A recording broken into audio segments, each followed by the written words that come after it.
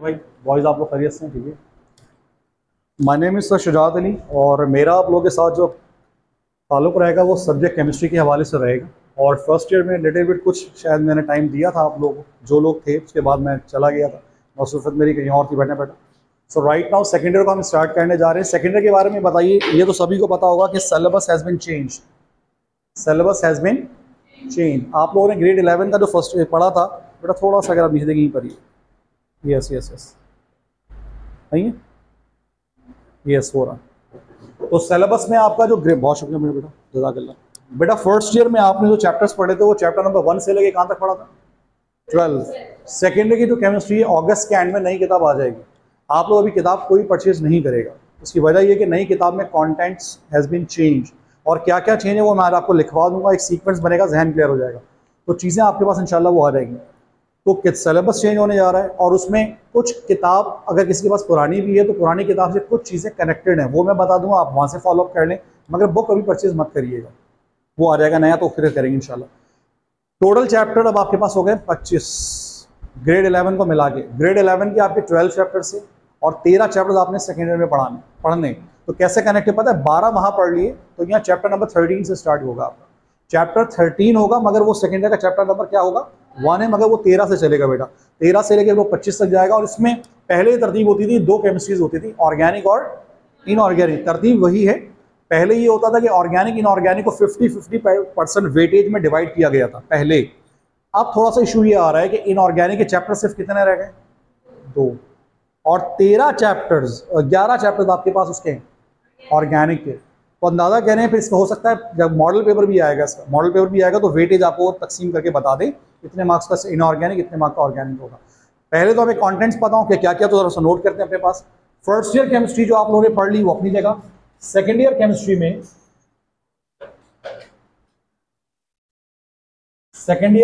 में आपकी जो केमिस्ट्री है वो 2 पोर्शंस पे डिवाइड है। The first we have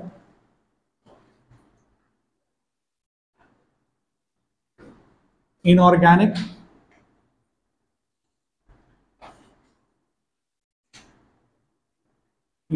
chemistry and second we have organic। अब इसमें जो चैप्टर्स हैं हमारे पास इनऑर्गेनिक में, वो चैप्टर नंबर 13, 14 इनऑर्गेनिक में बेटा। और यहां पर आपके पास चैप्टर्स 15 till 25 ये आपकी ऑर्गेनिक है। इसमें बहुत से नए चैप्टर्स ऐड कर दिए गए, बहुत सारे नए चैप्टर्स ऐड कर दिए गए। उसमें इंडस्ट्री का नया जोन डाला है, बायोकेमिस्ट्री का अच्छा सा एरिया डाला है, मैक्रो मॉलिक्यूल्स डाला है। एक टेक्निक आपने फर्स्ट ईयर में शायद कभी से पहले ना पढ़ी, स्पेक्ट्रोस्कोपी। क्लास 9th में आपने न्यू बुक पढ़ी थी, पुरानी पढ़ी थी बेटा? नई वाली नहीं पढ़ी थी 9-10 में, क्योंकि उसमें ना अब जो नया बच्चा पढ़ रहा है उसमें स्पेक्ट्रोस्कोपी पढ़ के आ रहा है, थोड़ा बहुत आइडिया दे, तो वो यहाँ ऐड कर दिया गया। तो ये एरिया काफ़ी आपको पता प्रोलॉन्ग होता हुआ आपको नजर आ रहा होगा। जब इतनी डिवीजन है तो उसको फिर डेफिनेटली वेटेज में भी चेंज आएगा। पहले वेटेज 50-50% होता था, अब क्या होगा वो मॉडल पेपर डिफाइन कर देगा। जबकि इसके बरक्स अगर हम बात करते हैं फर्स्ट ईयर केमिस्ट्री की जो आप पढ़कर आए, तो फर्स्ट ईयर केमिस्ट्री में आपने जो चैप्टर्स पढ़े हुए हैं वो पढ़े हैं आपने चैप्टर 1 to 12। तो मेरे ख्याल में अब आपको सीक्वेंस बिल्कुल समझ आ गया होगा कि ये सीक्वेंस किस तरह से चल रहा है। ये है सीक्वेंस। पूरी दुनिया में ना ए लेवल्स हो, कैम्ब्रिज ए लेवल होता है, एज और A2 2 साल होगा होता है, इंटरमीडिएट से काउंट होता है, हमारे ग्रेड फर्स्ट और सेकेंड ईयर। तो तरीक़ेकार ये होता है कि सिलेबस को ना कनेक्टेड पढ़ाया जाता है, कनेक्टेड। कुछ यूनिट्स यहाँ सिखाए जाते हैं, कुछ यूनिट्स यहाँ, और फिर आपको पता है इन सबको जब आप सीखते हो, अगर आप यूनिवर्सिटी में अप्लाई करते हो तो यूनिवर्सिटी में इन सब का कंबाइंड टेस्ट आता है। ऐसे क्या कहते हैं आप? एप्टीट्यूड टेस्ट कहते हो। तो वो एप्टीट्यूड टेस्ट क्यों कंबाइन आता है कि दोनों एरिया से मिलकर टेस्ट बनता है, उसमें फर्स्ट ईयर भी पूछा जाता है, सेकेंड ईयर पूछा जाता है। इसी तरह 9-10 का सिलेबस भी अब कनेक्ट हो गया, उसको 9 को 10 से जोड़ दिया गया। तो बिल्कुल क्लियर रखिएगा, यहाँ जो टेक्निक्स आपने बहुत सी सीखी यहाँ नहीं करेंगे। यहाँ कितने न्यूमेरिकल्स हैं? बहुत सारे, अनगिनत न्यूमेरिकल थे। मैं आपको ऐसे बता दूं, हैसेस लॉ का न्यूमेरिकल किया होगा, 4 इक्वेशन वाला, मल्टीप्लाई एंड सब्ट्रैक्ट। मास किया था, मास वॉल्यूम किया था, परसेंटेज वाला किया था, पीएच, पता नहीं कितने ही थे ना, सेकेंड ईयर में कोई एक भी न्यूमेरिकल नहीं है ही नहीं, सेकेंड ईयर केमिस्ट्री में न्यूमेरिकल नहीं है। तो इसका मतलब बच्चे देखो, यहाँ बच्चे बड़े परेशान होते हैं सर मैथ्स नहीं है, और जिनका मैथ्स अच्छा होता है वो कोशिश करते हैं मैथ्स वाला पोर्शन में जल्दी मार्क्स मिलते हैं। तो यहाँ रीजंस होते हैं, यहाँ पे इनकम्प्लीट इक्वेशंस होती हैं, यहाँ पे छोटे छोटे स्ट्रक्चर्ड आंसर्स होते हैं। वो इंशाल्लाह जब आपसे डिस्कस करेंगे तो आपको बात समझ आएगी। तो केमिस्ट्री स्पेशली कौन सी है और ये कौन सी है? आपने हाइड्रोकार्बन्स का नाम सुना होगा, हाइड्रोकार्बन्स, वो हाइड्रोकार्बन्स कहते हैं जिनमें हाइड्रोजन कार्बन, उस तरह की स्टडी को हम यहाँ अप्लाई करेंगे। उनके अलावा mostly periodic table based studies में इनऑर्गेनिक कंडीशन ज्यादा है, वो यहाँ अप्लाई करेंगे। और ये जो केमिस्ट्री आप पढ़कर आए थे, ये जर्नल केमिस्ट्री आप पढ़कर आए। जनरल का मतलब उसमें सारी बातें होती थी, उसमें जर्नल या फिजिकल कह रहे हैं इसको। ये जो स्पेसिफाइड है वो ऑर्गेनिक और इनऑर्गेनिक। अब चैप्टर्स को जब हम पढ़ेंगे, कॉन्टेंट्स क्या क्या जरा वो लिखिएगा। चैप्टर नंबर लिखिएगा बेटा अपने पास, right now second year chemistry की बात हम कर रहे हैं। सेकेंड ईयर केमिस्ट्री में चैप्टर नंबर 13 जो आपके पास है, the name of chapter is representative elements. Representative elements. अब डेफिनेटली सबके जहन में सवाल उठ रहा होगा रिप्रेजेंटेटिव एलिमेंट्स कौन से होते हैं। तो इंशाल्लाह भी मैं पीरियोडिक टेबल आज डिस्कस करूंगा, कुछ चीजें बताऊंगा, इंशाल्लाह बात क्लियर हो जाएगी। चैप्टर नंबर 14 लिखिएगा अपने पास, outer transition elements. Outer transition elements, outer transition elements. तो बेटा ये बताएं 13 और 14 दो चैप्टर्स आपके हो गए, और ये साइड कौन सी हो जाएगी आपकी? इनऑर्गेनिक। अब हम कहां स्विच करेंगे? ऑर्गेनिक। समझ आ रहा है? 13 14 आउटर ट्रांजिशन और रिप्रेजेंटेटिव ये क्या होंगे अभी इंशाल्लाह मैं पीरियोडिक टेबल बता दूंगा। यहां पर एक चीज ऐड कर लें, यहां लिखिएगा साथ में एस एंड पी ब्लॉक, ये लिख दीजिएगा, मैं जुमला बता दूंगा आपको भी, आगे चल के डिफाइन करवाऊंगा। और यहां लिखिएगा डी ब्लॉक। ये कुछ एस पी डी याद आ रहा है? फर्स्ट ईयर में आपने इलेक्ट्रॉनिक कॉन्फ़िगरेशन की थी, 1s2 2s2 2p6, ये वो कनेक्टेड पार्ट है, इंशाल्लाह बात क्लियर हो जाएगी।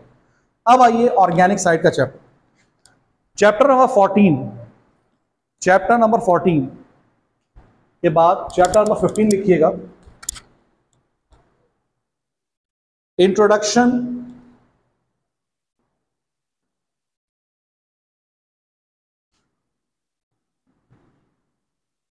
Introduction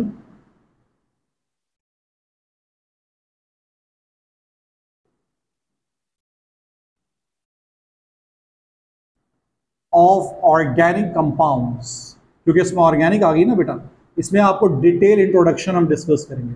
organic compounds, organic compounds. Chapter number 16 लिखिएगा अपने पास, nomenclature,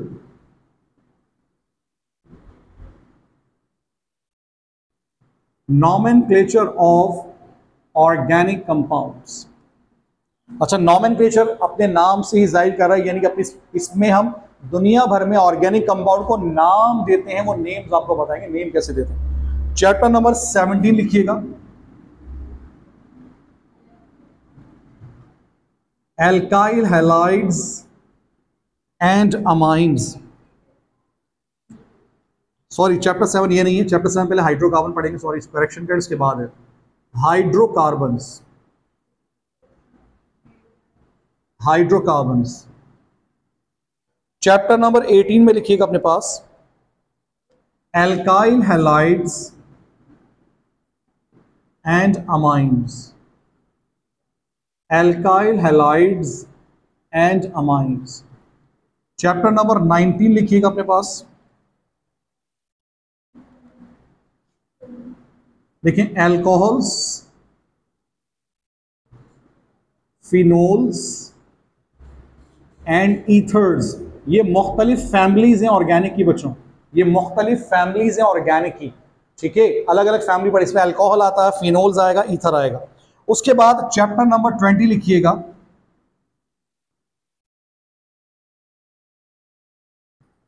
aldehyde and ketones. Aldehydes and ketones, aldehydes and ketones. Chapter 21 लिखिएगा,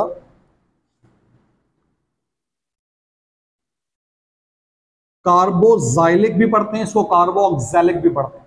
कार्बोक्सिलिक भी पढ़ा जाता है और फ्रेंड्स कार्बोक्सिलिक भी पढ़ा जाता है। Acids, carboxylic acids and derivatives.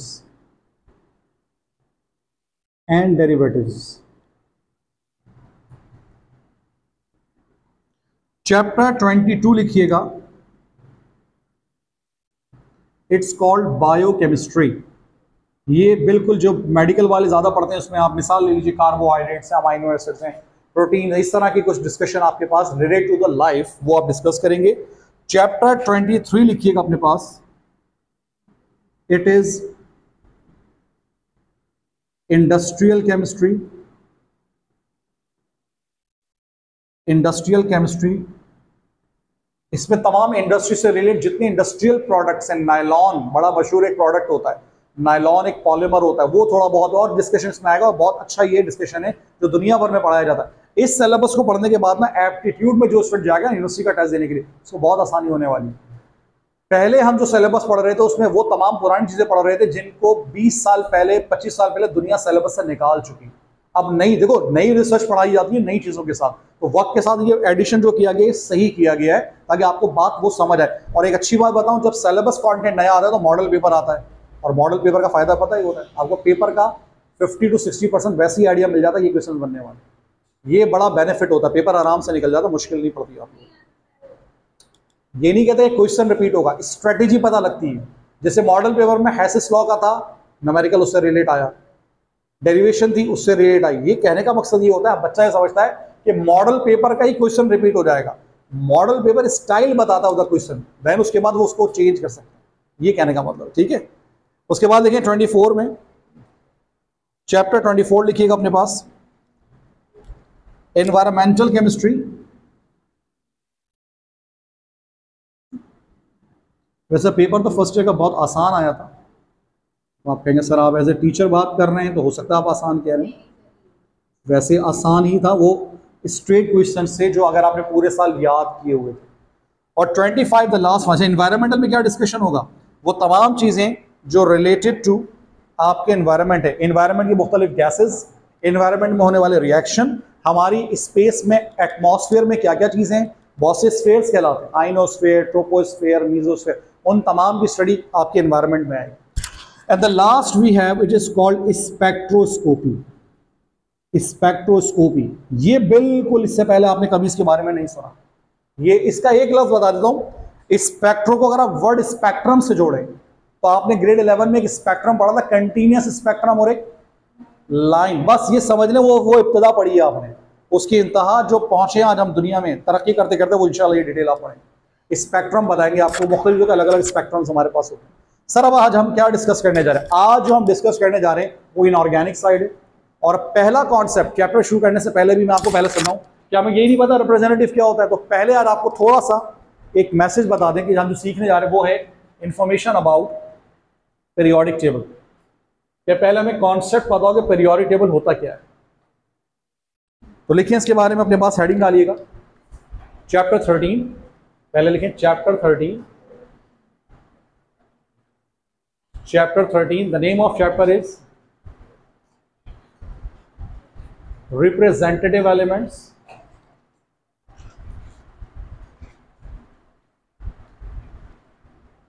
representative elements। Okay, इसके बारे में जरा स्टार्टिंग पॉइंट आपको लिखिएगा, modern periodic table, modern periodic table has been divided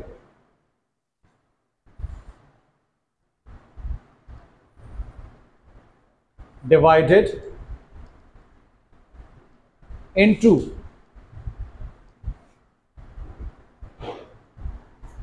4 blocks, S, P, D and F। ये नोट करें, मॉडर्न पीरियोडिक टेबल को हमने डिवाइड किया है सबसे पहले ब्लॉक्स में। कितने ब्लॉक्स बनाए हमने, 4 ब्लॉक्स, कॉमा एक ये 16 ग्रुप्स, ये लिखें 16 ग्रुप्स, 16 ग्रुप्स। और ग्रुप्स को हमने अरेंज किया ऐसे, ये कहलाता है टॉप टू बॉटम, ऐसे down the group, 16 groups top to the bottom, 16 groups A and B, ऐसे लिखिएगा ए एंड बी, इसमें ए कैटेगरी भी होगी, बी कैटेगरी भी होगी। और उसके बाद लिखिएगा 7 पीरियड्स एंड 7 पीरियड, उसके बाद 7 पीरियड्स हैं। और जो पीरियोडिक अरेंजमेंट है वो लेफ्ट टू राइट है। क्या है वो? Left to right. तो सर सबसे पहले तो बताओ ये है क्या? अब आप जरा थोड़ी बताएं, ये ब्लॉक्स 4 नजर आ रहे हैं, एस पी डी और एफ। रिप्रेजेंटेटिव में कौन कौन से ब्लॉक्स वहां लिखे थे मैंने? एग्जैक्टली तो यहां आपने एस एंड पी की स्टडी करनी होगी, जबकि चैप्टर 14 में आपने डी की स्टडी करनी होगी। ये आपका चैप्टर, ये पुरानी किताब अगर कोई फॉलो करता है उसका चैप्टर 3, 4, 5 होता था। ये चैप्टर 3, 4, 5, ये 3, 4, 5 पे डिपेंडेंसी इसकी, 3, 4 और 5, ये पुरानी किताब का। बट नहीं, इसको अब जब वो देंगे आपको तो ये कंडीशन आपको फॉलो करेंगे। अब मैं आपके सामने एक स्केच करने जाऊंगा टेबल, अभी आप लोग नहीं बनाएंगे, पहले समझिएगा फिर मैं आपको कॉन्सेप्ट बताता हूं। देखिए पहली चीज जरा बोर्ड पे देखें, तो जो आप लिखना छोड़ दें ताकि समझ लें। पहले आपके पास है 4 ब्लॉक्स, फिर क्या है आपके पास 16 और थर्ड 7 पीरियड। सर ये किस तरह डिजाइन होते हैं ये बताइए। अब जरा याद देखें, पीरियोडिक टेबल को जब हम स्केच करने जाएं तो पीरियोडिक टेबल को इस तरह से डिजाइन किया जाता है।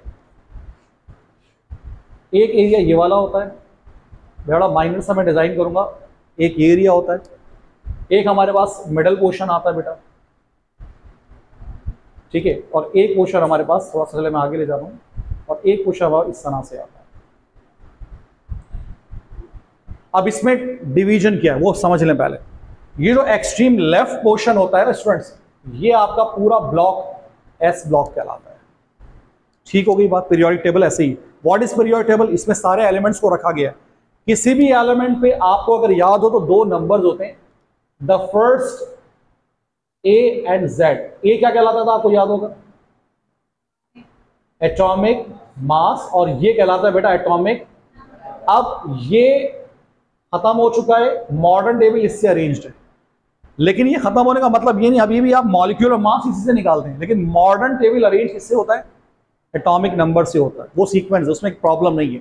पहले पुरानी किताब में वो रीजन भी पढ़ाते थे, ये क्यों हटाया क्यों आया, अब वो हट चुका है।